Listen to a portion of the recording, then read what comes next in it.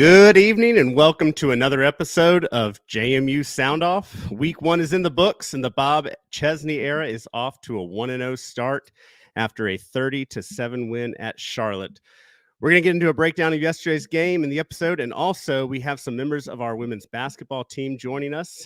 But first, I want to remind us to thank our sponsors, Montpelier Collective, Skyline Financial Partners, who will be joining us here in a bit for a new segment, Where's Woody, Talent Corps, Purple Nation, and Shoker Enterprises. And with that, I would like to bring on the team, Steve, Michael, John. Gentlemen, it's a good day to be 1-0 after week 1. I will say we do not have Chandler producing today, so I had to kick off the show so John can do some of the back of the house work. Thank you for I that. guess it's a new rule. If you miss week 1, which I did, you are forced to open the show, which you are awkwardly able to do. I will say I had a very good reason to do so. I actually, if John Butler and Elliot Coulter are listening, I had booked our hotel. I had tickets to the game, but the opportunity to go to the Aquabats, which I'm sure very few people know, but for those that do, it's a band that's been around for 30 years. They have my kids love them. I won't get into the details, but I took my kids to their very first concert in Virginia Beach, went and saw some family down there. My kids probably had one of the greatest nights of their lives. So while there are very, very few things that are worth missing a JMU football game for, I took one for the team on that one, and I have 2 very happy boys that were glad they got to see their first concert. But with that, let me kick it to Michael and Steve and John. Michael first. You were down there. It was hot, I heard, but how was it? Oh man, we were talking behind the scenes of like how there's just so many things to talk about from this past weekend. It's literally 1 year since the end of last season, right? And all the things that we're looking forward to. But just want to kick things off with a huge shout out to like all the JMU fans that came and made the trip. I was talking to the Purdy's and the Mertries, Dobbs family, and they were just so overwhelmed with the hospitality like JMU fans showed them. They never seen anything like that before. And they're so excited for this upcoming weekend, seeing what it looks like in Bridgeport Stadium. The ESPN announcers were very appreciative of how well we traveled and showed up in Charlotte's 15,000 person stadium. It was amazing, and it was overwhelming and awesome. We got to see old friends and new friends and people we haven't seen since last fall. So it was great. In terms of the game, there's so much to talk about, but I'm just want to call out our entire coaching staff and the second half adjustments that they made, because it was night and day. We can watch the first half and talk about all the things that went wrong with 60 new players, but Coach Hemphill, Coach Kennedy, Coach Chesney, Coach Kanan, the adjustments they made from a personnel standpoint on the offense, and really what they were looking at from a scheme perspective.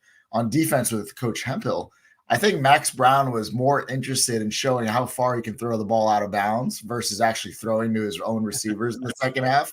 Football IQ was not high in the 4th down throws out of bounds. His IQ wasn't high at all. No, like, is he trying to show off for maybe his 3rd team next year? I don't know. Like maybe that's what's going on.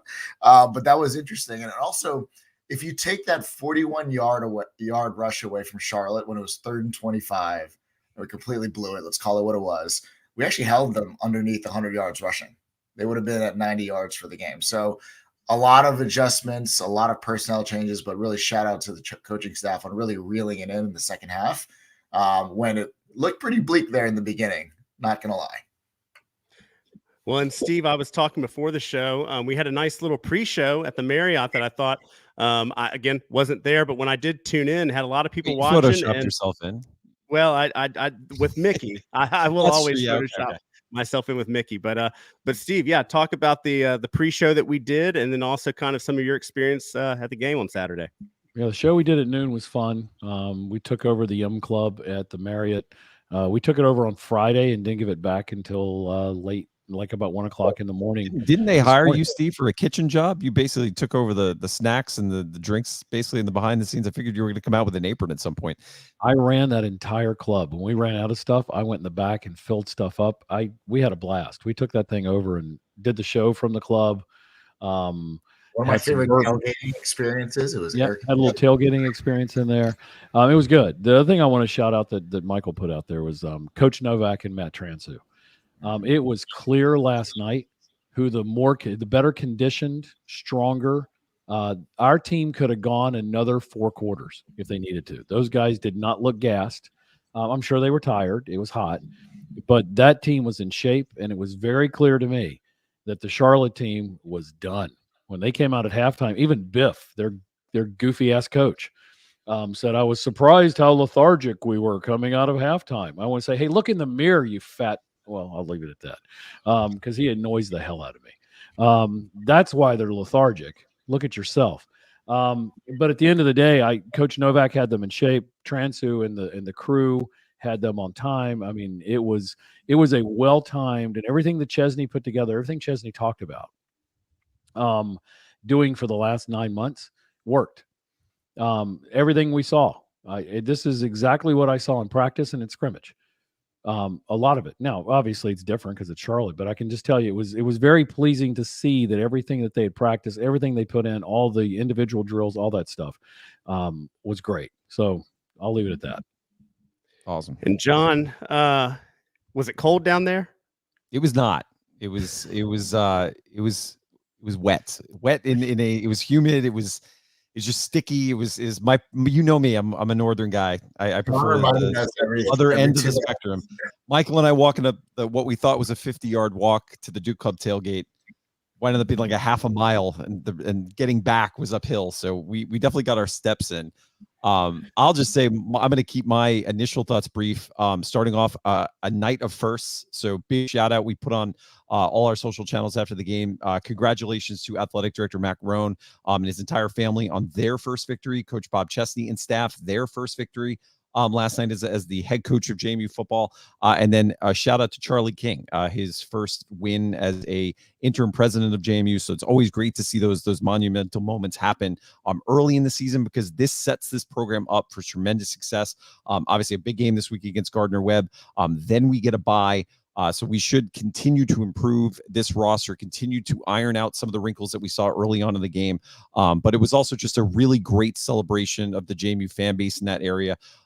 Next week, obviously, will be a much bigger reunion, but it was really great to see so many people from not only the Charlotte area, but so many people who came from all over the country to make sure that they were a part of this open season kickoff. Had a lot of people come up to us and say they enjoyed the show. Had a chance, as Michael mentioned, to interact with the families. And I think that, to me, was some of the more meaningful engagements that we had this weekend, was getting to talk to the parents, getting to see how much they have just embraced the JMU fan base, but also just how much it meant to them that we've embraced them so much. And I think that really speaks to the culture here, and is why we're going to be a program that is consistently going to be a hot spot for recruits and transfers, because they're going to want to be a part of this family. A lot of these football recruits all know each other. They know the high school coaches, and the more of these types of feedback that gets back to them about what type of community this is, the better it will help Bob Chesney and the staff continue to take this culture to the next level. That's what this is all about, building upon the success of the past. And then one last shout out, got to see Ben DiNucci, Harry O'Kelly, Trey Sharp, number of other football alums in the stands. That's always fun to see how they're now embracing, continuing to come back and support this program. And it was great to see. But yeah, excited for this week as well, because it's the ultimate homecoming, week 1 at Bridgeport Stadium, 6 p.m. game, another long tailgate. So it probably won't be as comfortable as Marriott Lounge, but we'll make do.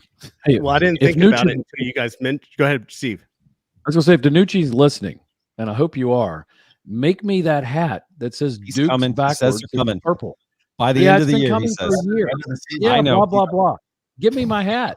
I'll talk to Harry.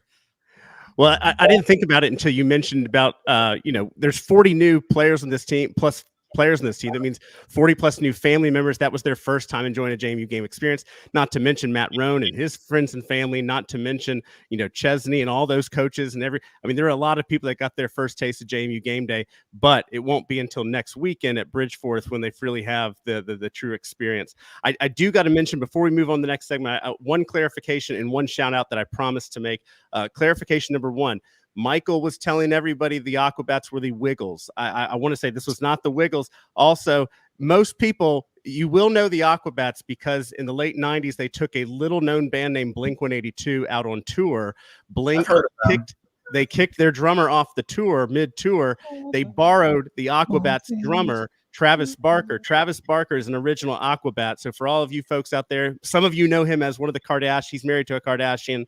I don't know, but Travis Barker was an Aquabat. So, but number two, outside of the concert, ran into my man Stanley. I don't remember his last name. I'm so sorry. 2015 grad.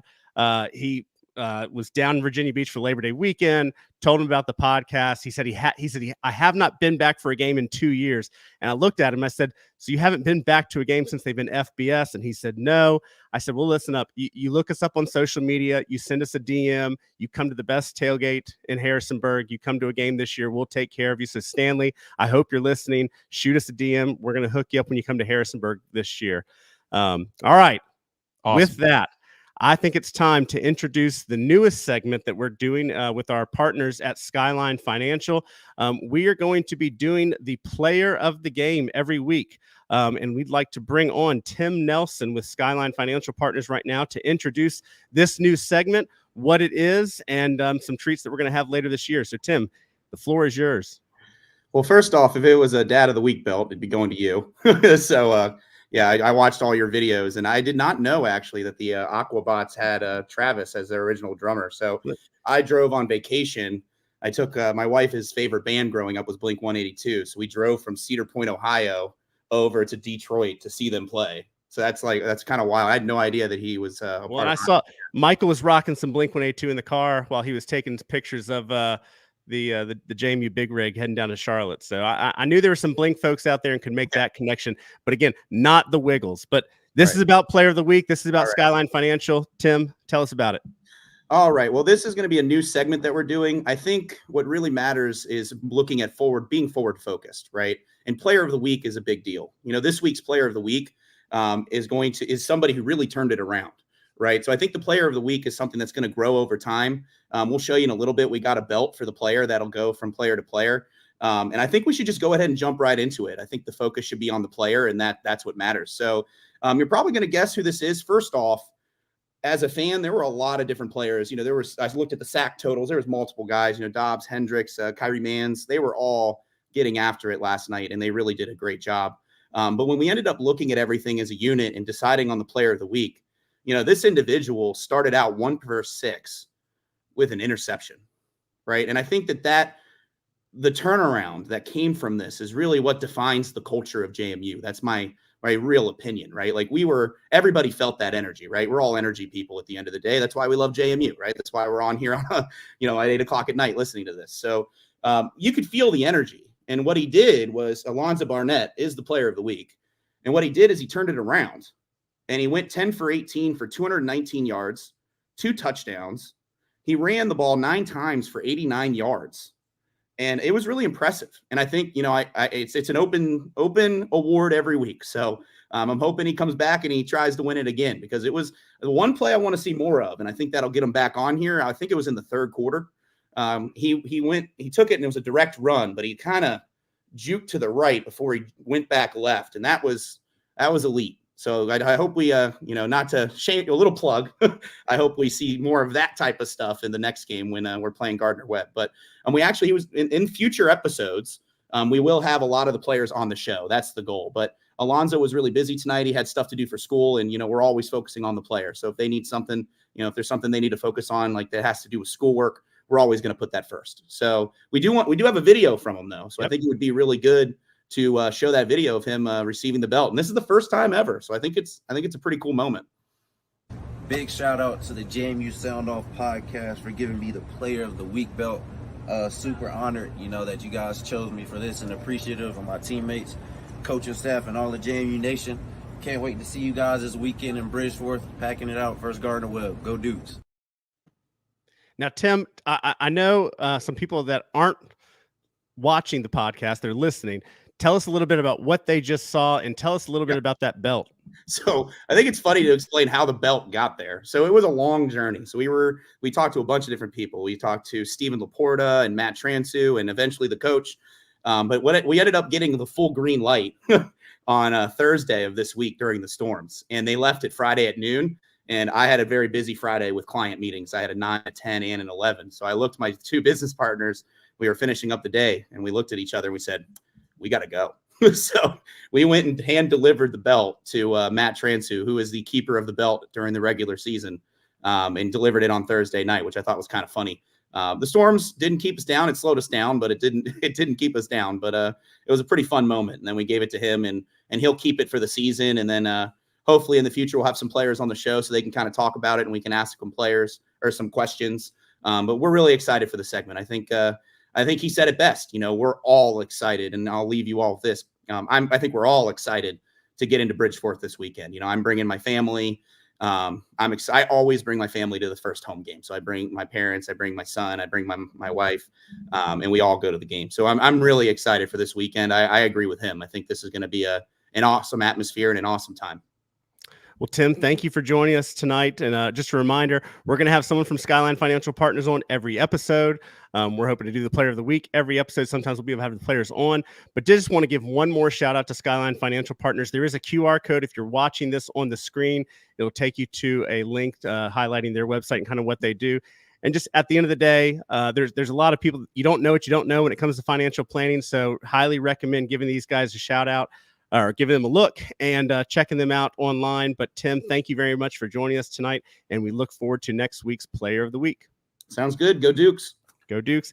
And with that, I'm going to kick it back to the main man, Jonathan, as we get into this week's breakdown of the JMU Charlotte game. You really test me because now I'm on camera and I'm still getting people back on. I did it. Okay, and I switched the screen. So victory for myself. I'm the player of the episode so far. Amen. That's why you do the big bucks. Yeah. I did want to mention one thing because we're going to start off with an offensive look. I wanted to just reiterate something that was said from Tim in the Player of the Week segment. Is sometimes when you pick a Player of the Week, it's about so much more than what happened in that individual game. And we plugged this interview once before on the show, but if you haven't had a chance to go back and listen to the interviews that Alonzo Barnett gave at JMU Football Media Day, where he highlighted what he had to go through last season after the first game, and his need as a player to grow and evolve from that moment. Learned a lot about himself. There were a lot of kids that probably would have chose to leave JMU at that point who wouldn't have embraced the moment like he did. And to come out yesterday and to have some early struggles, let's not sugarcoat it, that the beginning part of that game was a challenge for both him and his teammates. There's no, when one player struggles, it's typically because of other players as well. It's a team aspect. But for him to be able to bounce back from that moment and put on the performance that he did and show that confidence and swagger, just as a testament to his resiliency, but also a testament to the confidence that this staff showed in him. And that to me was the maybe the leadoff point that I wanted to make. Is it was great to see this staff not panic early in the game when there were struggles and back their quarterback. And the end result of that was something extremely positive for both him and the team. So great to see it. Could not be more of a fan of his journey and excited for what will come in the future with Alonzo Barnett, but a really, really awesome personal story in that moment as well. I'm going to start with you, Michael. The offense, if anybody was anywhere near a cell phone, internet, there was quite the bit of conversation online, but there was quite the bit of conversation in the stands too. The kindest way we could say is maybe a nervous energy as we all kind of went through the journey that was the first half. Maybe your initial thoughts on what you saw from the offensive performance in the first half and how it transitioned to what we would see in the second half of play. Yeah, I mean, the first half was pretty rough, and I think we were talking behind the scenes for the folks that watched it online or on TV. It looked 10 times better than it looked in person. In person, it was a little suspect. And we also had terrible sight lines, to be honest, on where we were. Charlotte doesn't really have a very tall stadium. It's kind of low and wide, so it's really hard to see on the field. But I think, like, at the end of the day, the coaches weren't afraid to make, whether it was scheme adjustments or personal adjustments, early and quickly. Talking about the depth of the entire team, we played 9 offensive linemen outside of special teams on Saturday. And so when you look at, first off, Pat McMurtry on the right side, I think it's the real deal. I think he looked like he belonged, which was fantastic. But shout out to Joseph Simmons, Josh Toner, Riley Rebel, that all came in at various parts of the game to really spell the starters, but also create matchups, right? Like Charlotte was big. They did a good job getting top echelon athletes that gave us some struggles on the inside. We eventually figured it out, like Steve said, but we were able to match up better as we looked at different personnel. And also shout out to Brett Davis. Came in very quickly when Tanner Morris went down. Earned a scholarship this past fall, by the way. Coach Chesney and the staff really celebrated that. So really cool to see our depth coming into play and the coaches making adjustments quickly. Important fun fact to note, Alonzo Barnett had 320 total yards. Does anyone know how that compares to, let's pretend this is his actual real start. Let's take the Bucknell game out of it. Does anyone else know how Centeo or McLeod did in their first games? Just total yardage off the top of their head? Not off the top of I don't personally. Centeo obviously had a record-breaking start against Middle Tennessee State, but he had 397 total yards in his first game, and Jordan McLeod against UVA had 256.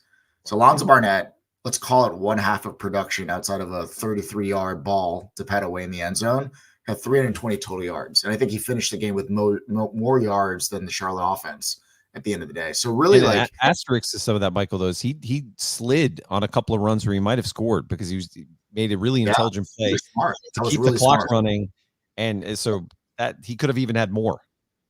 Yeah, no, that's a really good point. And I know Jake and I had a gentleman's bet on what we would do on the first run of the game, but we started to spread it out a little bit. We started attacking the edges, got out of some of the dive option stuff, and I think they really did a good job adjusting. So I'm curious, either Michael or Steve, whoever wants to take it. There was a lot of talk going into this offseason about one of the strengths of this team was the running game because of the depth that we have in that running backs room. There were some struggles in the first half, again, tied into a number of factors, offensive line gelling, trying to figure out what configuration worked best. Taylor, I know you were really impressed with what you saw, especially from your vantage point on TV. You had a little bit more of an advantage than we did because of our sight lines. I'm curious what you saw from the running backs that's giving you so much hope for what this room can be in the weeks to come. Yeah, and again, I only had the view from TV, so probably like many of the people watching that didn't get down there, I was really impressed with what I saw from the running backs, given what they had to work with. There were a couple plays there. I mean, the one touchdown from Io where he's, just busting through 3 or 4 guys there at the end, and just the power and the acceleration, the speed, the agility. We've all been playing college football 2025 a little bit, and I'm thinking about the numbers. They just look like athletic and explosive bats. And dare I say, because it's only such a small sample size, they were 2 of the more impressive backs that I've ever seen put on a JMU uniform. Now, having said that, and this is where the box score doesn't tell the story, if you didn't watch this game and you look at the box score after hearing all about our backfield, you'd go, man, I guess these guys just aren't living up to the hype. And I'm just going to say it like it is. The offensive line, I was disappointed in the lack of production we had. Now, there were a lot of reasons why I think that was the biggest one, probably not being the fact that we've talked about in this era of 40, 50 players on average being new to a team. There is no preseason in college football, and there is no, well, this team has been together for 3-4 years. It's a new coaching staff, it's new schemes, it's new players. And these guys are getting to do this in real life, in real time, for the first time. So my criticism of the offensive line production, from what I saw, not knowing the whys, I don't necessarily have a fear of moving forward, because what I did like to see, I did see, was the second half adjustments. I think the player of the game, not to give Alonzo, is the coaching staff. That was a game one where you saw, even for the average fan could see the coaching that went into how that game changed from, oh my gosh, we might not be any good this year, to having one of the biggest victories in all of the Sun Belt this weekend, against a team, as you guys have said, I thought Charlotte did a really bad job at executing some of the stuff, but from their athleticism, I mean, you can see why so many of these guys were at P5 schools. Whether they're coachable, whether they can execute, what their season's going to look like, I don't know. But those were some good athletes on that team yesterday. And I would argue there's going to be very few teams that you see that type of athleticism. I think you're going to see some better teams overall, but that athleticism, it was the real deal. And I'll just say one other thing as it relates to the offense. I had real first half Bucknell feelings last night watching that game, as I'm sure a lot of people did. And at times you kind of saw this look in Alonzo's face where it was like it just felt a little too Bucknell. The big difference is this coaching staff and the trust that they have in Alonzo. And if you watch the press game post conference, you kind of heard kind of about some of the conversations that were going on the sideline during the time. And if you read between the lines from the post game press conference and some of the stuff that he did with Dave Riggett earlier this year, you can tell the actions I feel the coaches took in putting their faith and trust in him and leaving him in is the reason that we went on to excel as an offense in that second half. And I talked to John and you guys before the show, when Alonzo started kind of getting up and doing the bow and arrow archery thing, and even obviously the very viral clip of him kind of rolling around on the ground. Yeah. I mean, it showed me he was having fun. It showed me he was confident. And that's his third half of football. You didn't see it in the first half of Bucknell. You didn't really see it in the first half of last night, but I did see it in the second half last night. And I have full faith and confidence in being able to go and grow and progress as a team, as a quarterback, as an offense this year with what I saw in the second half yesterday. Yeah, and I would agree with how much his teammates embraced. Yeah. I was going to just say one little thing. Is the teammates embraced his swagger and confidence, which is a sign that they believe in their quarterback. And I don't know who's saying it is, but teams tend to pick their starting quarterbacks. You tend to see, they just know it and they feel it. And I thought their engagement with him and the confidence they showed and the lack of panic on the sidelines, because that's one thing about our bad vantage point is we were really close to the players. They did not seem to panic in any way, shape, or form. And they clearly embraced this quarterback. In Cam Moss in the post game, he said, what we're going to do, we're going to go look at tape. We're going to see what we can do better.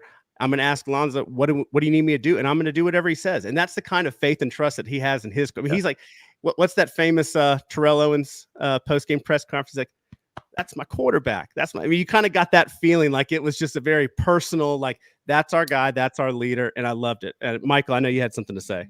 Yeah, I was going to say, so when you dig deeper into it, so Charlotte's defensive coordinator, Ryan Osborne, comes from like the Baltimore Ravens type of pedigree. So he did some work with them underneath that staff. So anyone who watches the NFL knows the Ravens like big, wide-bodied defensive players. They blitz from every single angle. You never know who's coming or who's going, and they want to stop the run. So not only from an athletic perspective, like Taylor mentioned, but from a schematic perspective, that was a hell of a game one for an Alonzo Barnett. And if folks didn't listen yet to the post game from Coach Chesney, they were talking about the offensive line. Yes, there were some struggles in the first half, but they just ID'd it incorrectly. And they made the adjustment, said, okay, these are the guys to block now. These are not the guys anymore, right? If this guy's coming, this guy's going, let this guy go free. And that's like schematic coaching adjustments that you've got to do on the fly. And the fact that they never had any tape on Charlotte, this is a brand new Charlotte team, and they did in the first half versus struggling throughout the entire game is really impressive from the coaching staff front. Steve, I know you watched the offensive line play a lot, and if you have a perspective on that, I'd love to hear it. But one thing I wanted to get you to comment on is there were some really impressive performances from the wide receiver group yesterday as well. Obviously, Marion Donaldson gets a lot of the attention for his long touchdown pass. George Pettaway out of the backfield makes a 33-yard touchdown pass, which shows that aspect of his game is really something we're going to exploit. Cam Ross has some big moments. Taylor Thompson gets 2 catches. Breon Penny, Ymir Knight makes a catch. Tyler Purdy makes a catch. So you're starting to see the diversity of what this team has in terms of weapons as they maybe develop their roles and how they're going to fit into the game plan going forward. What did you see from that aspect of the passing game, and how do you see that translating into future success? Deepest wide receiver room we've had in a long time. And with the tight ends, we didn't show a lot last night for a variety of reasons. Mainly probably Carolina.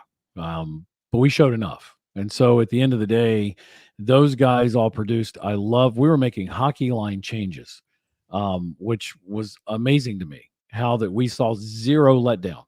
Any time you put whoever you put in on the offensive line, defensive line, and the linebacker crew, wherever it was, wide receiver, tight end, the talent was there. It's exactly what Chesney's been saying. It's like, I've been running 2 huddles for a reason. People have been getting a ton of reps, and you could see it last night. Really impressed with the blocking of the wide receivers, the tight ends, and the running backs. Unbelievable pickups on a lot of those. There's a lot of talent on that Charlotte roster. Don't get me wrong. They're good. They're big. But once you figure out where you got to go, and we did just fine. We started dominating that. I called it the tale of 2 quarters, the first and the second quarter, and the tale of 2 halves. And so at the end of the day, I enjoyed what I saw in terms of the adjustments. I was really happy for Zoe. 2 weeks ago when I saw the scrimmage, he looked really good. I couldn't say anything. Of course I wouldn't. But so did Dylan. So did JC Evans.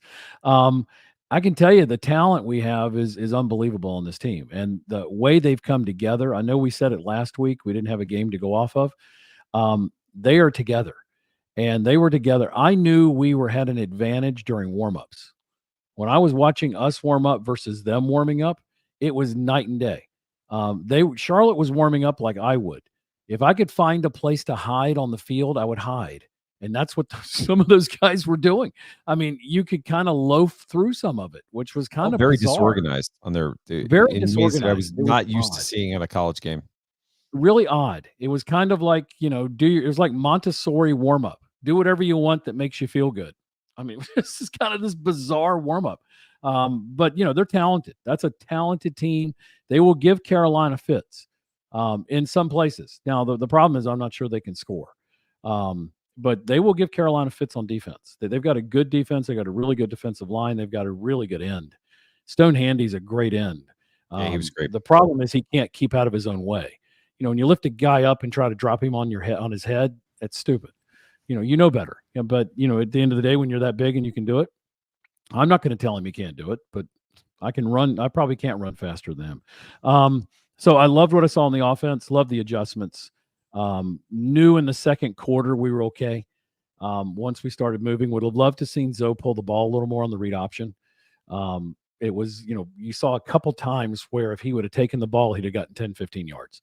That comes with time. And so it's his first game. It's everybody's first game. So really happy with them and very happy with the way it all went down. I didn't feel that we were in trouble. I know a lot of people did. I didn't like what I was seeing, but I knew why we were going in the middle. I knew he was softening those guys up for the second half. I knew they didn't have the conditioning. So when everybody's like, don't run it up the middle. Well, there's a reason you run it up the middle. So, at the end of the day, those guys were gassed. And Biff Poggi admitted it in his press conference that they were basically gassed in the second half, and we owned them in the third and fourth quarter. Awesome. Well, guys, we're going to come back in a few minutes. We're going to talk defense. But before we get to defense, we have a really important segment because there's another program on campus that is getting ready for another big season of James Madison University women's basketball. So we're going to do our Montpelier Collective Athlete Spotlights. We'll come back to you guys in a few minutes. And now we're really going to test my producing skills because can I minimize and get them on at the same time? So bear with me for those who are not watching, but it's time for our Montpelier Collective Athlete Spotlight. Again, highlighting all of the programs on campus this season that are continuing to bring excitement and energy to James Madison University athletics. And with that, it is time for our Montpelier Collective Athlete Spotlight.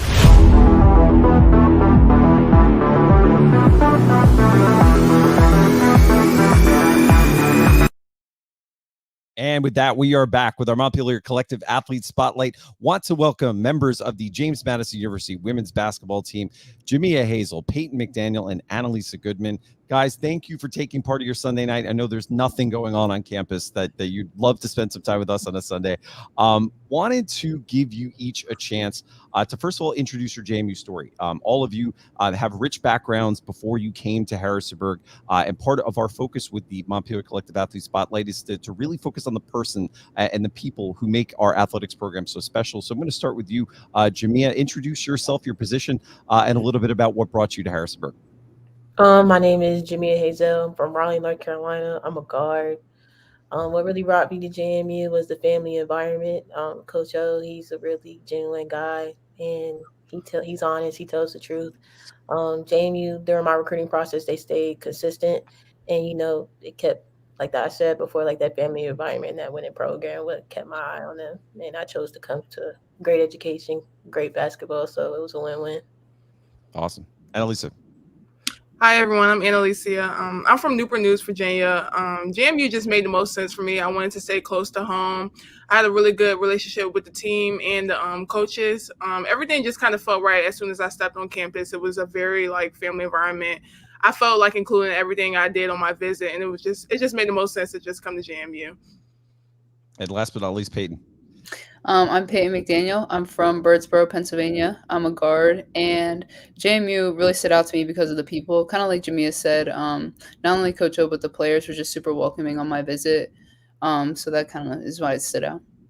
So I want to ask all of you to take fans behind the scenes a little bit into what your preseason preparations have been like. You guys get on campus much before the other students do, and a lot goes into getting you ready for those tune-ups that you have, and then obviously the first games that people will see both on the road and at the Atlantic Union Bank Center.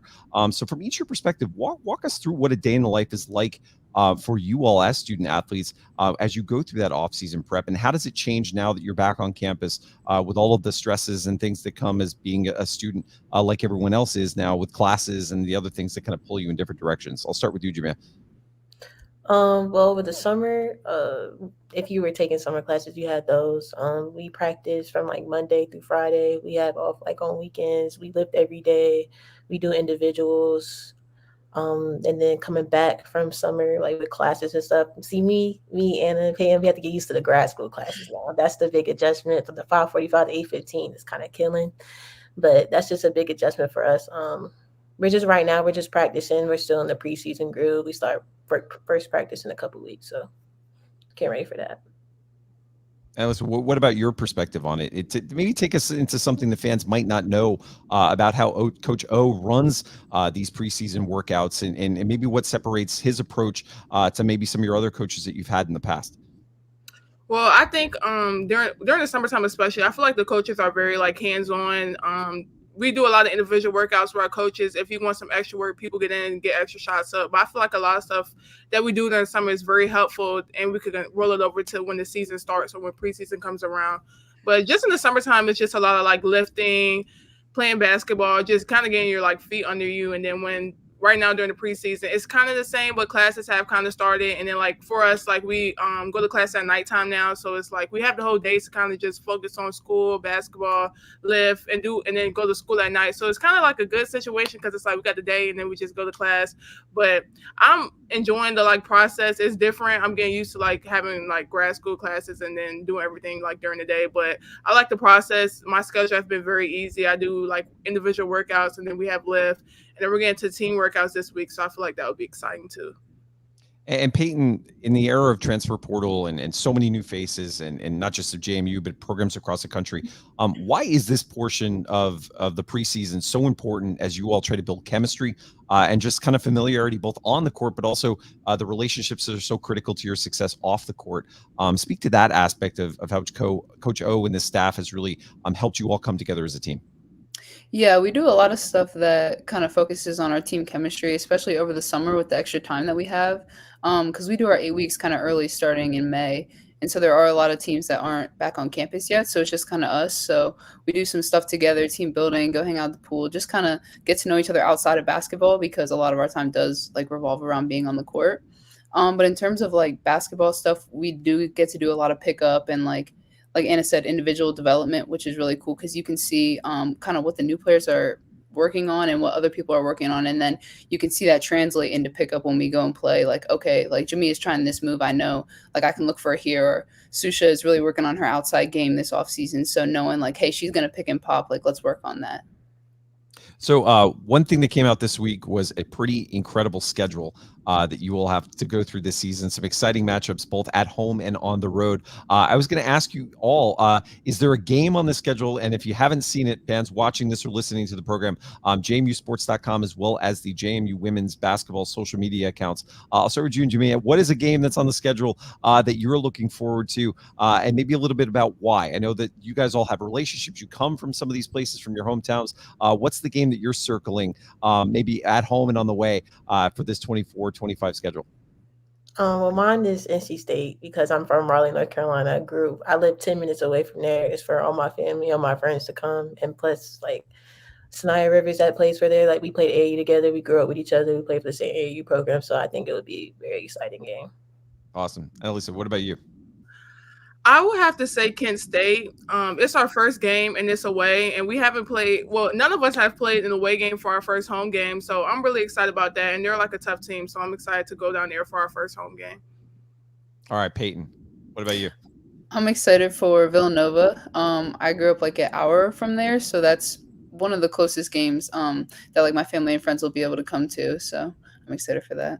Yeah, lots of big opponents for an SEC team on the schedule. Lots to look forward to. So again, to fans, check it out, JMUsports.com, the JMU women's basketball social media accounts. Last question to all three of you. A lot of energy around this program right now. Fans getting their tickets, making sure they're ready for the season. Just from your perspective, why is fan support and fan investment in things like the Duke Club, things like the Montpelier Collective, so important as you all work to make this season the most successful possible that you can, both on the Sun Belt championship side, but then potentially getting into the NCAA tournament. Talk about the role of the fans and why having a full Atlantic Union Bank Center is so important to your success. Jamia. I feel like having a full stadium really helps. Like if you're down by like 5-10, like in that fourth quarter, it gives you that boost to like make sure the fans like get their full experience there. Fans really mean a lot to us, and they're the main reason why that helped us win. And then Alyssa, it's not just the fan support in the building when you all are on the road. It's social posts. It's people, making a trip to see you, and maybe there are Dukes that are in these areas where you're going to travel. Seeing a sea of purple when you're on the road is also a big factor in seeing that there's a big community behind you all, whether it's in Harrisonburg or wherever you are in the country. Maybe your perspective on that as somebody who will now get to see so many fans as you go on the road this season, as well as back in Harrisonburg. I think having fans is really important, and it contributes to our success. Just like in Pensacola, when our fans come down, it really means a lot to us to see some people in purple in the stands. I know, for example, like one of our health professors came to one of our games at Marshall, and just seeing her there and seeing people really come out to support us and traveling to these different places, it means a lot, and it makes us want to play for them even more. And then we've already seen here in the chat today, we've got Brooke Boyd. She's stuck at the Charlotte airport. She's already excited for the upcoming season. Peyton, maybe your message to fans as we get closer and closer to game one, both in Harrisonburg and the games that we'll see on the road. Yeah, the fan support, like they both said, is like a big part of our success. It's awesome to go to away games and even see like at some games we have more JMU fans than the home team does. So I think like that's pretty awesome. And I think also with that, just our band being able to travel to some of these games, especially in Pensacola, like they make a huge difference for us when we're playing. Awesome. Well, ladies, thank you again, not only for what you're going to do this season, what you've done in the past, the sacrifices you make off the court. It takes a lot to get you ready for game days. We know you miss out on some of the things that the average student gets to do day in and day out on campus, and we're just appreciative for all you give to the JMU community, because you give us something to talk about, you give us something to experience, and are inspiration for kids of all ages in the community who come to watch you play.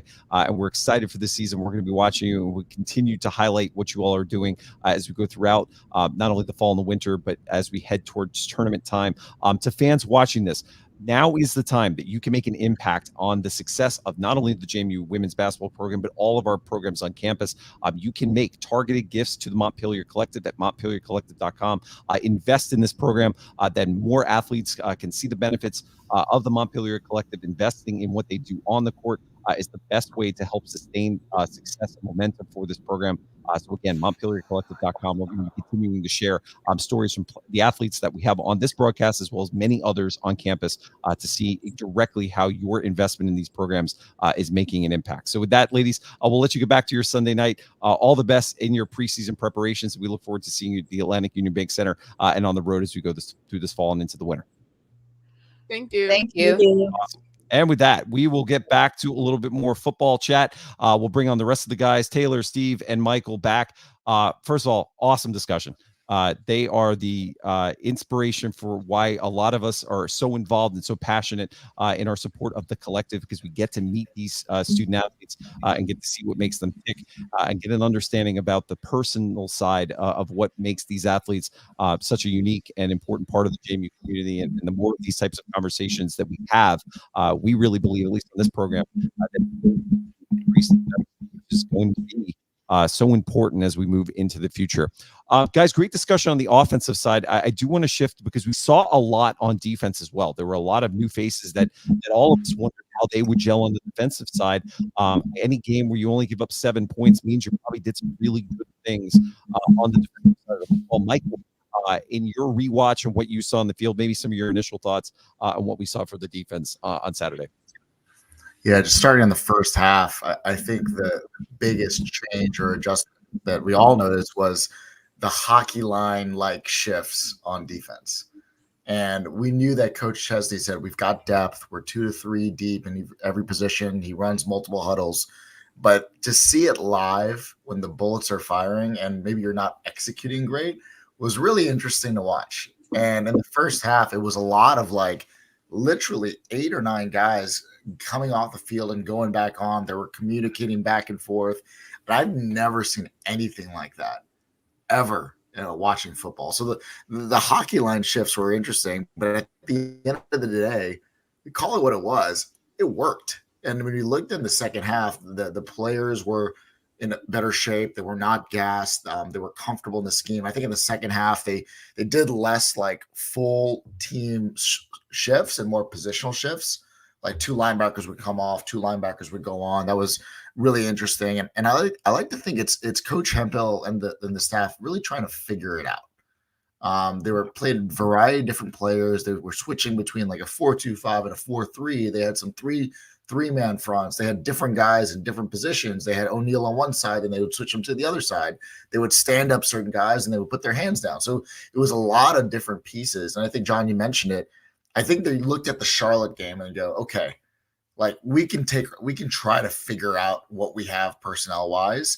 And similar to what they did with the running backs in the second half, where they settled in with Petaway and Adeyi, I think we're going to start seeing the defense sort of settle in and everyone find their niches and their roles at the same time. So I think that was really cool to see. And I think shout out to the defensive line and our favorite, one of our favorites, number 97, Fitzgerald. Chunky butt with his first interception off of Chauncey Logan. He attacked that ball in the air, which was fantastic.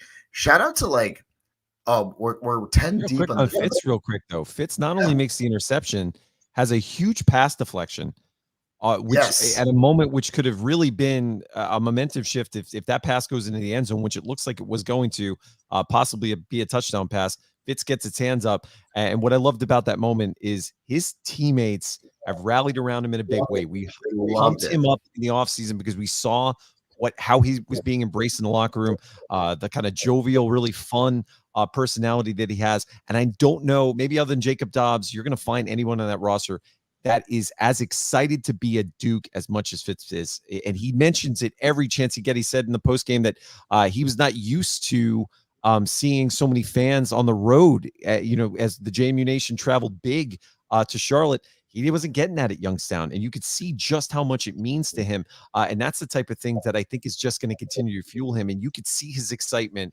to what he's going to experience this Saturday in Harrisonburg and potentially even more Dukes when you go down to North Carolina in a couple weeks. So I just thought you should have seen an awesome moment. Well, you should have seen the faces of the entire team when they came out. So when they first ran on the field and they heard us, actually when they came off from warmups and we were going nuts in the stands, the looks on their faces were like, oh my God.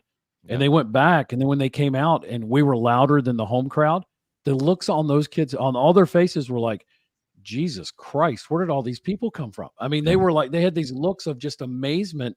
And I told the parents in the hotel, I said, you wait till next week. You show up when you come to Bridgeforth, you won't be able to hear a thing. And I said, it's going to be crazy. And these kids were so excited that we had so much fan support. It was amazing. Michael, I want you to give an anecdote real quick before we get to Taylor, because there was another moment that happened as we were walking down towards the stadium, and you ran into one of the parents that were coming out of the parking deck. And you actually gave them a shout out and said, hey, and the mom, the look on her face was like, oh my God, you know who my son is. And I thought that was a moment that was awesome. Happened a couple of times this weekend, but I just thought it was a really cool moment that you got to have. And again, it was just another example of what we meant to these families, seeing how much we're embracing their young men. Well, to add to that real Michael's anecdote. Yeah, it was Omarion Dollison's father and mother, and I walked up there. And I was like, Mr. and Mrs. Dollison, we love your son. Like, we're excited to see him. And his mom literally goes, "What?" You're like, she was like, "You know my name?" I'm like, "Yeah, we're big fans." And of course, he scores a long touchdown, which I'm sure they were super proud of. But yeah, exactly right. Like, we were talking with the Holy Cross families, and they couldn't believe it. And we talked about a lot of the support some of the freshmen are getting. And let me just finish the last point here, right? Like, I think defensively, the defensive line was eating in the second half. And I think we talked about the discipline and the conditioning and the depth. You would really see it. We started getting to Max Brown. And you could tell Coach Chesney, he's not afraid to play the best guys. He played 3 true freshmen last night. They had KJ Flo in the slot, made a lot of plays in the second half. Chase Regan, who downed the punt on the 1-yard line, hell of a play, showing off that 4.3 speed, by the way, coming out of high school. And his dad mentioned him. His dad mentioned that he was going to be a big impact on special teams when we saw him before the game too. Yeah, Mike Regan, I'm sure you're super proud of your son right now, but he had a hell of a play. And Tyler Brown, the Lynchburg kid, coming out on special teams. I think there's a lot to be said about the kickoff coverage, but the fact that he's on there means a lot about who he is as a player and as a person. He was a late pickup on the recruiting trail, so it was cool to see he's not afraid to play the best players, no matter what class they are. So, Taylor, over to you. I know I cut you off there. No, I cut you off, but I was just going to add to that. I know you guys have watched the game by now, but for me, when I was watching, the ESPN guys had to put up a graphic of just all the success that JMU's had to kind of like, they kept shooting to the crowd and saying, well, if you're wondering why there are so many JMU fans here and it's not in Harrisonburg, and, again, to the national audience, this is really only their second or third year kind of getting to know JMU. So the announcers almost had to give like an explanation and put a graphic up of here's their success. And that's why you're seeing so much purple in the stands. I'm sure for a lot of our guys, it was a pretty neat experience and not one that they've been used to for some of the other teams they've been on. I wanted to highlight one player, and Steve, I'm curious your perspective on what Jacob Thomas did yesterday. I think the moment for me that really stood out was we had backed Charlotte up to 3rd and 25.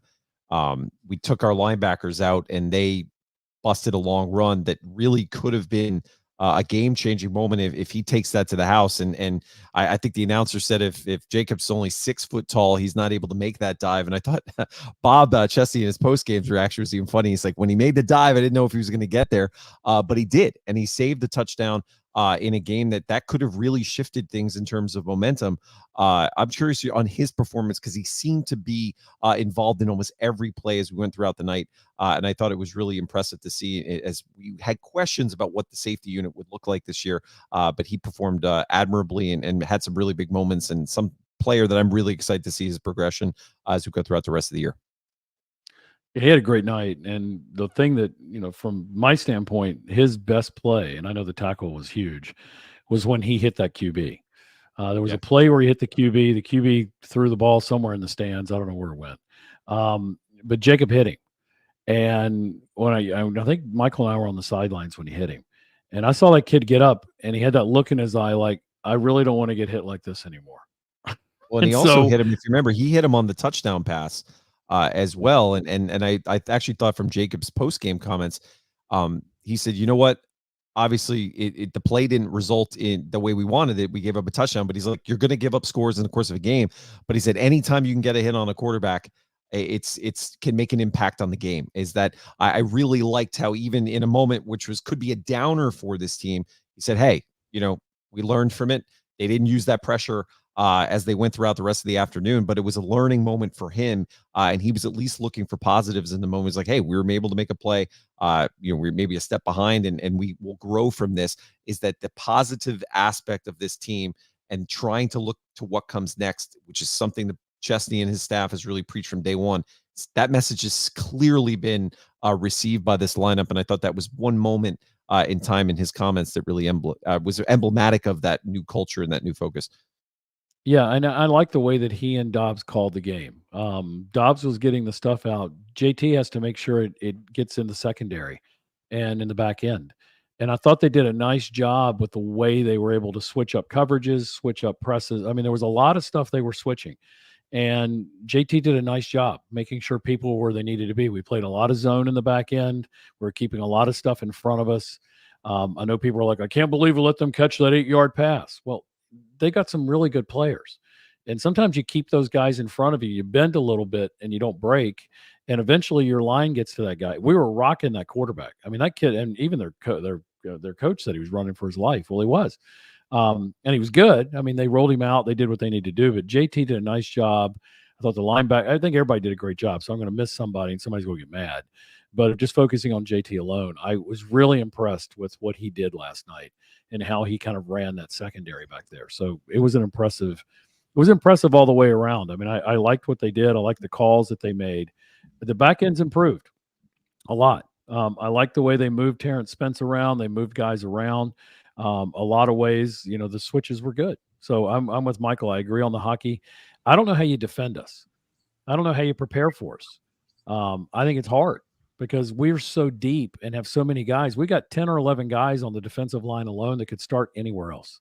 Yeah, and Fitzpatrick said that was it's so refreshing. He said for him to know that he can come out of the game, get a rest, and not have to pace himself. And I thought that was a really a comment that may have gotten lost in all of that was talked about last night, but from his appreciation of the fact that allows them to get a breath, and every time they come into the game, their maximum effort, and they're able to really maximize their ability to make an impact on the play.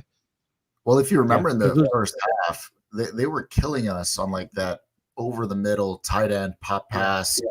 Like he would boot right, throw it back to the middle.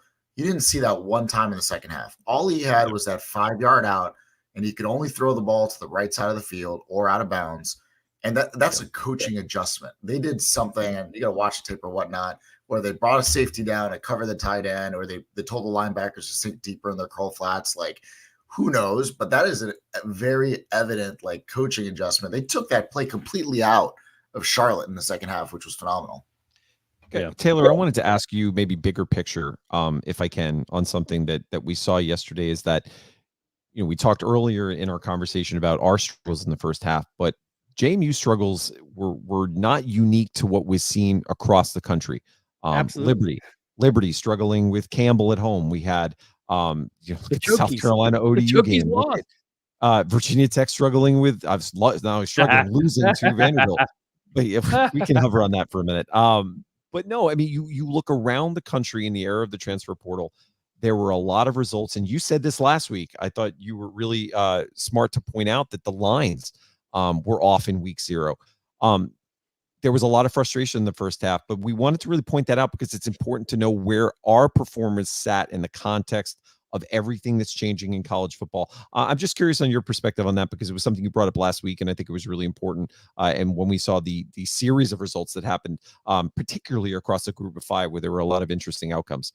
Well, shout out to Rob Neal, because I think he was texting with us earlier today, and he made the point that JMU is currently the only team in Virginia with an FBS win. And so, and as you do look around, I think it was Drew Richard in another text thread that was pointing out some of the other games and results. I mean, UVA Richmond, App State, East Tennessee State, Liberty Campbell. I mean, there was a lot of there were not a lot of runaway games, and the runaway games that you did see, some of them were fairly predictable, but there just weren't a lot of them. And you've continued to see in week 0 and week 1 a lot of results. I think you're just in my opinion, it's a new era of college football. And I don't just mean from the transfer portal side, because you also got to think this was the first game all those players, both with, was it Jacob Dobbs who had the green helmet on defense and Alonzo Barnett who had the green helmet on offense. I mean, that's the first time you're even communicating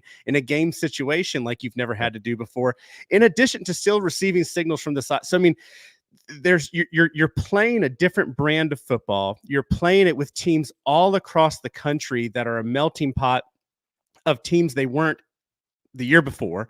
I think you and I have even talked about, we used to follow recruiting classes and used to be able to look through the last year or two of a progression of a team and really kind of get a feel for what you're going to see this year. And I think the Charlotte's example is a great example of you just didn't know. And I think Coach Chesney and his staff kind of talked in preparing for this game. It's like we have individual tape from some of these players. A lot of these players we don't have tape from, period, because they just hadn't played. And then we have tape from what the coaching staff did with players kind of like them, but maybe sort of. And then we're putting in an entire new system with us, a new coaching staff. And considering we had arguably, the best result in the Sun Belt, and I'm not saying that because it was some grand feature, but we did not feel good in the first half. We obviously felt great in the second half, but even the second half, if you went on JMU Twitter, after the game was over, you still have people, 10 for 18, that's not a good passing staff. And, the defense, they would have given up more scores, but Charlotte just shot themselves in the foot and they really did more to harm themselves than we did to impact them. There's still a lot of JMU doubt. And I will give some grace to the JMU fan base. We haven't had a losing season in 21 years. We went from making, I don't know how many what was it? 6-7 straight FCS playoffs into 2 years of FBS in the top 25. I mean, I don't even want to put the blame on JMU fans. You're just used to a certain level of football that, I don't want to say miraculously, but we've maintained the last 2 years. If you go back to the first Sound Off episodes when we were at Twitter Space, it was a lot of like, hey guys, let's just, kind of, think about what expectations should be. I remember saying we'd be happy with 6 wins. Right.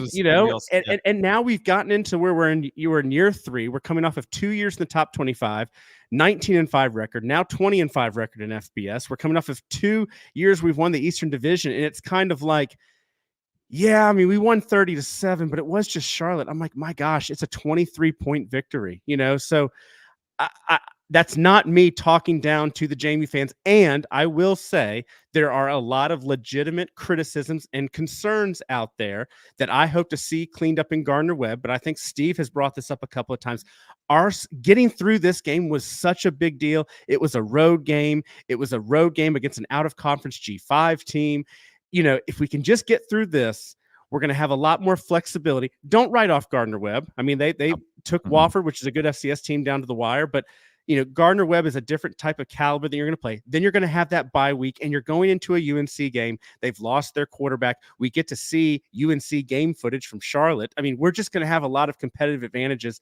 And, at the end of September, just by winning this game alone, we're in a really good place come the end of September, win, lose, or draw that Carolina game. So that's a lot of my thoughts. Some. I want to throw something out there to the group, though, because this week is also a really special week in the JMU football world. We had a chance to interact with Mickey Matthews on Saturday in Charlotte, but this is the Hall of Fame week, where this 2004 national championship team will be inducted. Many of those members will be making the trip to Harrisonburg. We've focused on this team a lot this offseason because of how special they are and how important they are to the foundation of the success of this program. I'll go with you, Steve. Just what this week is going to mean to you as we lead up towards the Hall of Fame ceremony on Friday night. We spent some time with Kay too. So Kay Matthews was there last night too with Mickey. It's a huge deal. For a lot of the fans that haven't lived through 2004, it's 20 years ago. We've talked about it being the springboard for this program, which it is. It's a big deal for the men that can get here. There's some that can't. You heard when we had the show that, the Lazats can't get here. They're coaching Friday night. But it's a huge deal to get them into the Hall of Fame. It's a huge deal that the Hall of Fame is sold out. If you can't get to the Hall of Fame, come over to the Duke Club Montpelier Collective. The deal we have that night, that happy hour we have that night over at Madison Hotel. but for those men, that all the staff, everybody that worked in that program in 2004, and all the fans, honoring them has been a long time coming. I'm glad we're doing it on the 20th. I wish we'd have done it on the 10th year, but I'm not looking back. I'm only looking forward, and I think they're all excited to be coming to town to celebrate it. They'll then all be at the game. Those that can attend, and I think we'll do quite well on Saturday. Not overlooking Gardner Webb whatsoever, but it's all about us. And I have a feeling there's going to be quite a few people playing. It's very possible that Evangelista and I can get in for one more play. There's going to be that many people playing on Saturday, so I can't wait for it. Michael, any the final thoughts just as you have as we kind of wrap this episode, just what you're looking forward to seeing in this game as we, again, take the next step in the progression of this lineup towards what is going to be a gauntlet as we look through the rest of the season, is both our P4 game and then looking forward to our Sunbelt schedule, where there's now some interesting matchups that this team is going to have to start to prepare for. And this seems like the perfect opportunity to really build upon what we saw yesterday. Yeah, I mean, I would be lying if I said I've been watching Gardner Webb or know much about them right now. I know they lost a lot of players. You will, though. It's early in the week. I'll probably do that a couple times. I'll probably watch the Charlotte game 2 or 3 more times, to be completely honest. Yeah. But I'm excited for us to really hone in like what we find are our true strengths. Right? There's a lot of things we did on Saturday that we can carry on week over week. There's probably some things that they're probably like, let's just scratch that play out. It's maybe not what we want to do going forward. So let's learn to execute. So I'm excited to see just be more crisp with our communication. A lot of the players in their post games mentioned, the first half, there was a lot of communication breakdown, which led to like timeouts and maybe the wrong personnel on the field. Let's clean that up on Saturday. So I'm really excited about that. I'd be remiss if I didn't mention the Biff Poggi, how you ever pronounce his name, his post game conference. I just want to shout out to our coaching staff and how fortunate we are that we don't have someone with complete lack of self-awareness, borderline narcissistic tendencies in that man. The stuff that comes out of his mouth. And also, by the way, when we were in Charlotte, it was brought to my attention indirectly or directly that they actually went good on good, full pads to tackle to the ground the week of, game 1, which led to those injuries on Saturday.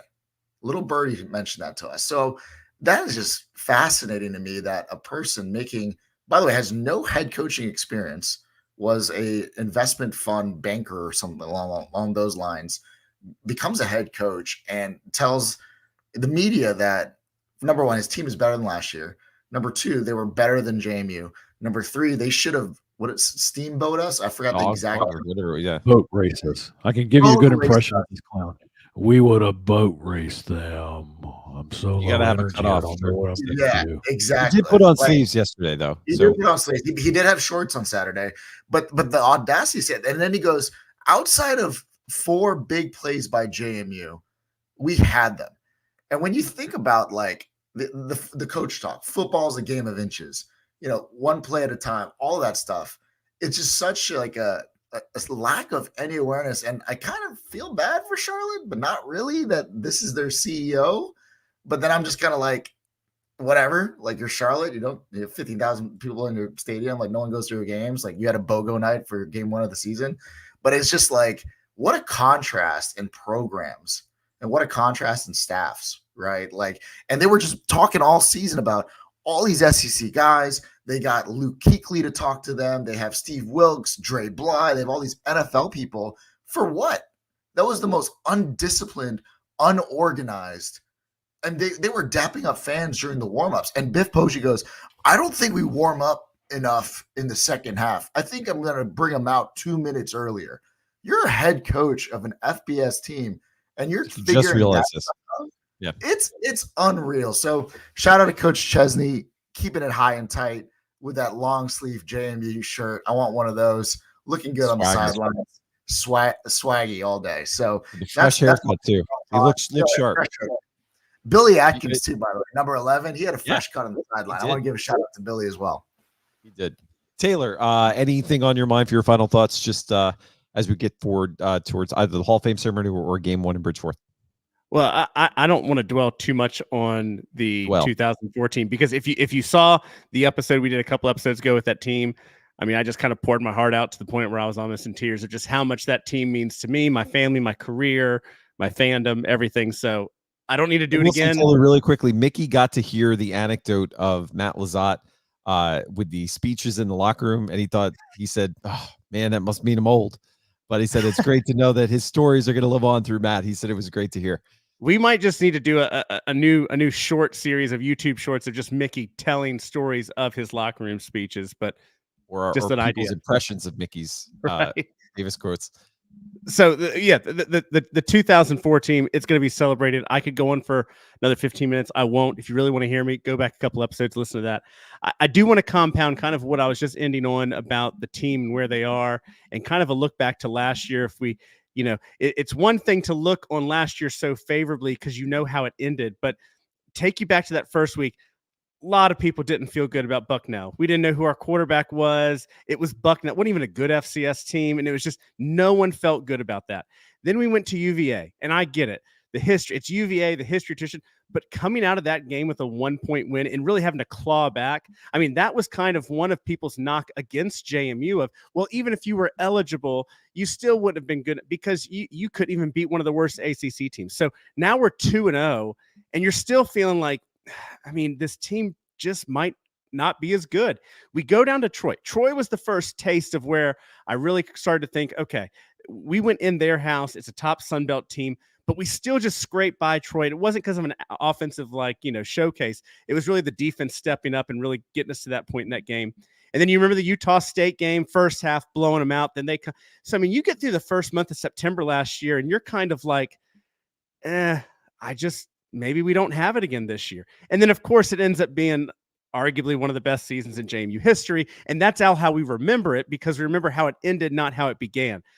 I would say a 30-7 win on the road against a team like Charlotte that may or may not finish near the bottom of the AAC is just, we're already in a better place than we were, I would argue, the last 2 years. I don't know what the rest of the season is going to come. I don't know. I mean, there still are so many question marks. And as Steve said, we weren't putting the whole playbook out there because we knew we had to get by Charlotte.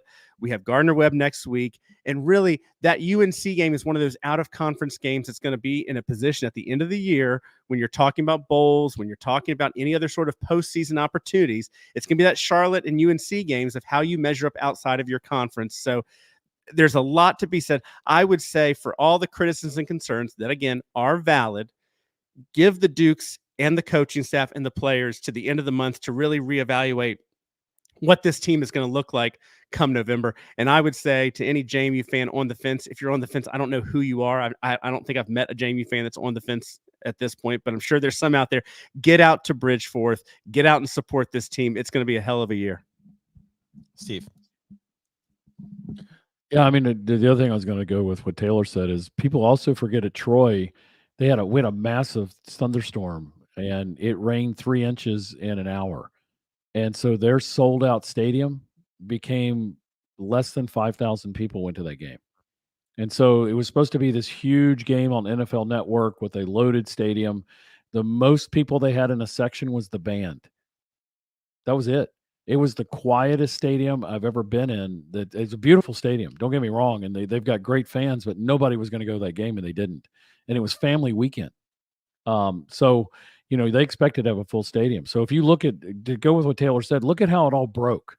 UVA, we have the storm. I know we talked about it, but for the storm, we probably don't win that game, or it's going to be hard. Troy, we basically, we pulled that out. That was a good win. Utah State, we almost blew. So then we came home, and South Alabama is when it took off. And that's when we started to control things. But remember, Jordan won running at the one. Blew that game. We stopped throwing the second half at South Alabama. Remember that? And he almost blew the game. But we at least looked better then than Georgia Southern. Then we started stacking wins. Jordan then got his feet under him. It all took off, and it worked. And kudos to all those players. Kudos to the coaching staff. That's all in the past. What I'm seeing now is what we were telling you we were seeing. It's all the stuff we've been seeing that they've been doing on the inside, all the stuff that Chesney's been talking about. It now shows me that it works. until last night, all we had was a lot of really good stuff that we saw, a really good, stuff about how close we are and how connected we are. They are. There was nothing in that first half where anybody was pointing a finger. There was nothing on the sidelines where people were throwing helmets. There was nothing where people were getting in each other's faces. There was nothing. And it was the opposite. When Alonzo came off, or a defensive lineman, somebody came off that made a mistake, Chesney got him or somebody got him. It was a very calm, here's what I'm seeing. Here's what you need to do. It was really nice to see. So I was panicked on the sideline. We all were panicked. We're doing our usual stuff, but they were together as they've practiced. Everything that he has installed is working. Now we'll see. We're one game in, but to Taylor's point, we went to a G5 school on the road to open the season, and a G5 school with a lot of P4 talent. Those are talented guys. Whether they all get it together or not and come together, I don't know. But if they decide to, they can make some noise. They made noise last year.